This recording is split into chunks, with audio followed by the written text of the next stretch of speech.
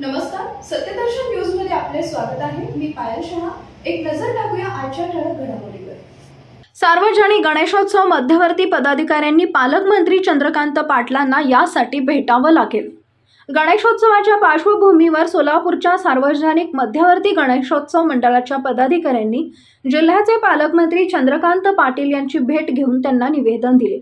यावेळी यंदाचे उत्सव अध्यक्ष विनायक महिंद्रकर, ट्रस्टी अध्यक्ष बसवराज एरटे, ट्रस्टी दास शेळके, उपाध्यक्ष विजय पुकाळे त्यांच्यासह इतर पदाधिकारी उपस्थित होते।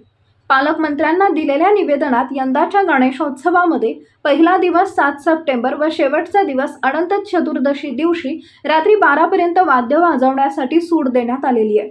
परंतु उत्सवाचा 9वा, 10वा आणि शेवटच्या विसर्जन दिवशी सकाळी 6 ते रात्री 12 पर्यंत वाद्य वाजवण्याची परवानगी मिळावी यासाठी जिल्हाधिकाऱ्यांना सूचना कराव्यात अशी मागणी केली आहे। या प्रकरणात पालकमंत्र्यांनी सकारात्मकता दर्शवल्याने मध्यवर्तीच्या पदाधिकाऱ्यांनी सांगितलं।